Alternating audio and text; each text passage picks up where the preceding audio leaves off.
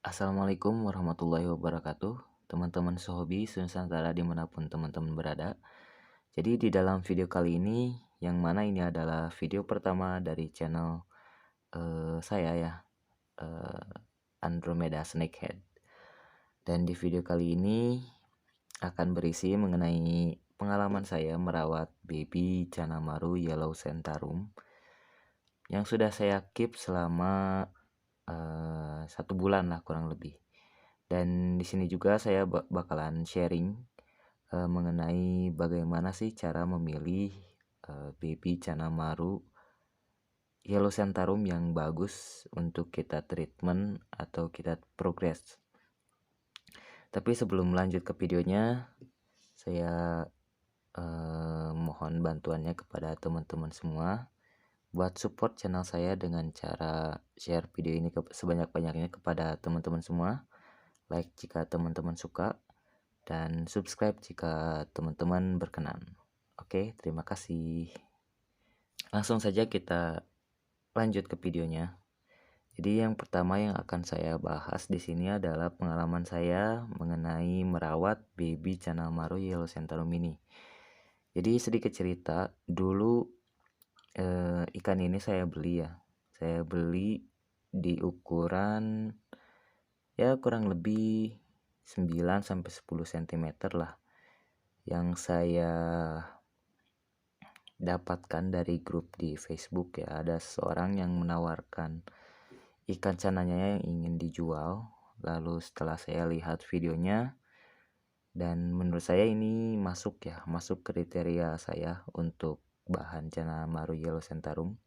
Kalau dilihat dari barnya nih, dia rapi, simetris, juga lumayan tebal, dan bodinya itu clear teman-teman. Ya sudah, saya putuskan untuk membeli dan saya rawat ikan ini. Dan sekarang ikan ini sudah saya rawat sekitar 1 bulan lah, 1 bulan lebih, 2 bulan kurang lah gitu. Nanti saya juga bakal sertakan ketika ikan ini baru masuk ya. Dan yang saya suka dari ikan ini adalah mentalnya ya. Ketika ikan ini baru masuk ya, atau baru saya beli, mentalnya ini memang sudah ada ya, sudah ada basic mentalnya. Jadi ketika ikan itu masuk, itu baru banget saya masukin ke dalam tank, dan ikan ini lihat ada ikan lain di sisinya, di sebelahnya, itu langsung flaring teman-teman. Itu saya lumayan terkejut ya, karena ikan ini memang benar-benar baru masuk, dan baru saya masukin ke dalam tank, dan ternyata langsung mau flaring teman-teman. Itu saya jarang banget ya saya temukan ikan seperti itu ya, ketika ikan baru berpindah dari satu tempat ke tempat lain, ikan ini seperti tidak ada adaptasi lah gitu. Masuk tank langsung settle, langsung mau flaring teman-teman. Dan itu yang saya suka dari ikan ini teman-teman. Dan gimana pola perawatan saya untuk ikan ini ya. Baik, saya bakalan jelaskannya satu persatu. Yang pertama kita bahas dulu soal size ikan ini. Jadi selama 1 bulan lebih perawatan, untuk size ikan ini menurut saya gak terlalu banyak perubahannya. Mungkin ada tapi gak terlalu banyak lah gitu. Karena untuk porsi makan ikan ini pun gak saya push banyak. Memang setiap hari ya. Jadi kalau saya itu untuk baby ya ukuran 10 cm ke bawah sampai ukuran dia 15 cm atau 13 cm up lah. Itu saya kasih push pakan dia setiap hari menggunakan pakan cacing, dan juga ada camilan seperti pelet ataupun udang teman-teman. Dan pelet apa yang saya gunakan yaitu pelet hikari dari Hikari Blood-Red Parrot teman-teman. Dan saya dengar dari, atau saya tahu dari keeper channel itu, bahwa pelet tersebut bisa meningkatkan warna atau membuat pekat bar pada si ikan itu teman-teman. Dan menurut saya memang ada perubahan ya ketika ikan ini sudah saya push menggunakan cacing dan juga hikari, pelet dari hikari blooded parrot itu memang barnya lebih lebih pekat gitu. Bisa teman-teman bedain juga ya, nanti saya sertakan untuk perbandingannya sebelum dan sesudah ketika ikan ini saya push menggunakan pelet dari hikari blooded parrot itu. Dan untuk pola makannya sendiri di sini saya kasih push makan setiap hari ya. Jadi ikan ini nggak ada makanan pokok atau hari-hari dimana ikan ini makan besar gitu. Jadi setiap hari ikan ini saya push ya dengan porsi makan yang sama, menggunakan cacing dan juga pelet dari hikari blooded parrot tersebut. Setiap hari ya itu saya kasih sekitar 2 sampai 3 ekor udang dan juga 3 butir pelet hikari blooded parrot itu teman-teman. Itu saya kasih setiap hari dan 1 minggu sekali atau ya semaunya saya aja sih. Kadang seminggu sekali, kadang 3 hari sekali itu saya kasih udang basah teman-teman. Tapi untuk udang basahnya sendiri gak terlalu sering sih. Yang sudah pasti itu cacing dan juga pelet hikari blooded parrot, dan hasilnya seperti ini. Dan perubahan yang saya alami ya untuk ikan ini selama 1,5 bulan perawatan dan dipus menggunakan pakan-pakan yang sudah saya sebutkan tadi ya.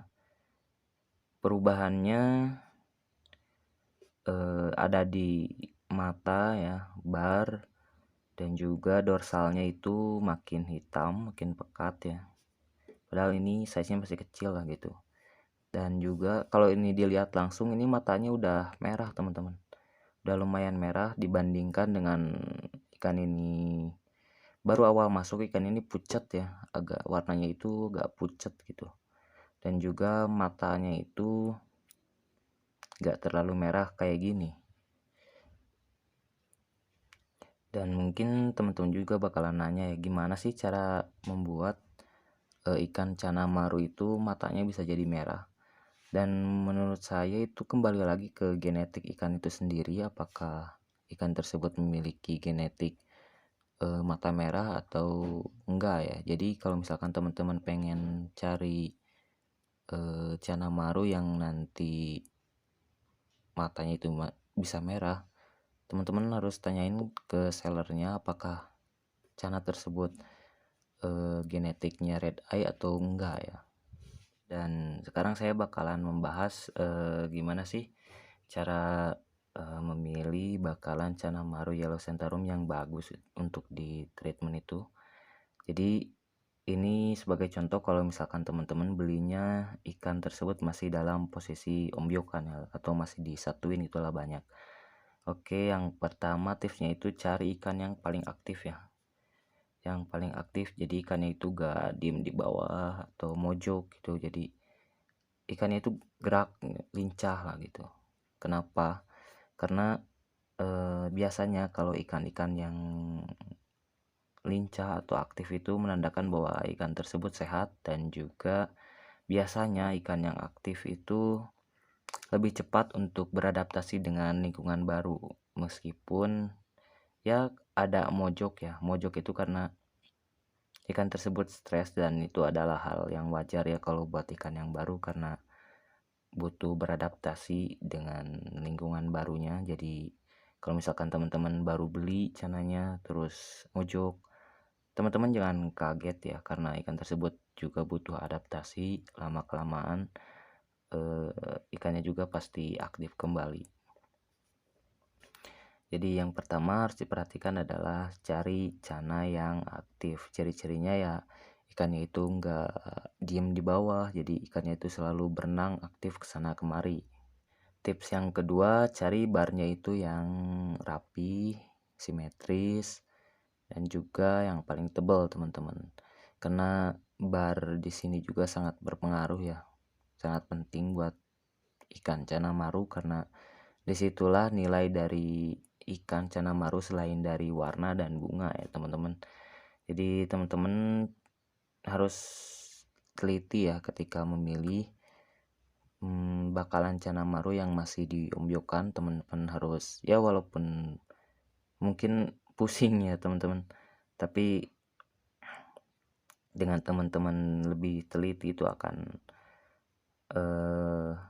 membuat teman-teman dapetin Canamaru yang barnya itu bagus teman-teman. Jadi harus cari yang barnya itu tebel, barnya tegas, simetris, dan teman-teman juga harus perhatiin nih apakah di barnya itu udah ada bakat bunganya atau belum. Kalau misalkan teman-teman dapetin yang udah ada bakat bunganya, itu bakalan jadi nilai plus juga buat teman-teman.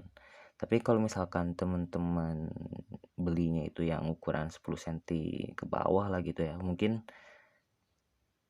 cabang bunganya itu belum nampak ya. Jadi ya pilihlah Canamaru dengan bar dengan kriteria yang sudah saya sebutkan tadi, yaitu barnya tegas, tebal, rapi, dan juga simetris. Oke, next, teman-teman kalau misalkan mau pengen Canamaru yang nanti ketika diprogres dan ketika dia mutasi warnanya itu bisa kuning full gitu sampai ke punggung-punggungnya. Nah teman-teman harus perhatiin ya dari bakalan tersebut. Jadi gimana sih cara cari Canamaru yang nantinya itu memiliki potensi untuk kuningnya itu bisa full. Nah jadi teman-teman tuh cari yang badannya itu clear teman-teman, karena biasanya ada juga Canamaru yang warna badannya itu ketika masih dia kecil ada yang sedikit keabu-abuan. Nah teman-teman usahakan hindarin Canamaru yang seperti itu. Jadi harus cari yang badannya itu cerah ya, jarak antar barnya itu clear gitu, bersih. Nah itu menandakan bahwa nanti ketika dia bermutasi warna itu bakalan membuat warnanya itu lebih terang dan juga bisa membuat si kuningnya itu full sampai ke punggung-punggung teman-teman. Tapi itu juga tergantung dari genetik si ikan dan juga pola perawatan kita juga teman-teman. Nah yang terakhir, teman-teman cari bahan Canamaru yang mentalnya itu paling bagus. Tipsnya di sini yang pertama, teman-teman bisa gunain karet ya sebagai alat buat ngegoda si Canamarunya itu. Jadi kalau misalkan posisinya ombyokan nih, misalkan teman-teman goda pakai karet gitu. Kalau misalkan ciri-ciri ikan yang mentalnya bagus, ketika teman-teman kasih karet kayak gini, dia bakalan mendekat atau bahkan mengejar ya. Ketika teman-teman kasih karet kayak gini, dia bakalan ngejar dan pilih yang paling agresif gitu teman-teman. Dan juga bisa lakuin gedor-gedor kaca kayak gini. Kalau yang memiliki basic mental yang bagus, dia gak akan kabur atau gak akan takut ya ketika kita gedor-gedor kacanya kayak gini. Nah teman-teman cari yang seperti itu. Selain itu juga ciri-ciri Canamaru yang memiliki mental yang bagus bisa dilihat dari dorsalnya teman-teman. Jadi Canamaru yang memiliki basic mental yang bagus biasanya memiliki dorsal yang lebih hitam, walaupun itu juga bisa dipengaruhi oleh faktor usia si ikan itu juga. Namun untuk melihat apakah Canamaru tersebut memiliki basic mental yang bagus bisa dilihat dari dorsalnya. Dorsalnya yang hitam menandakan bahwa ikan Canamaru tersebut settle di dalam tank dan juga memiliki mental yang bagus. Itu tips dari saya untuk memilih bahan Canamaru yang bagus untuk kita progres. Oke, mungkin segitu dulu ya video di video kali ini. Semoga video ini membantu buat teman-teman. Jadi kalau misalkan teman-teman memiliki saran untuk video ini dan juga tips yang berbeda mengenai cara memilih bakalan chana maru yang bagus, teman-teman bisa tulis aja kritik dan saran teman-teman di kolom komentar. Sekian dari saya, mohon maaf bila masih banyak kekurangan di dalam video ini. Nantikan video-video saya untuk video selanjutnya. Wassalamualaikum warahmatullahi wabarakatuh. Salam Chana Maru Indonesia.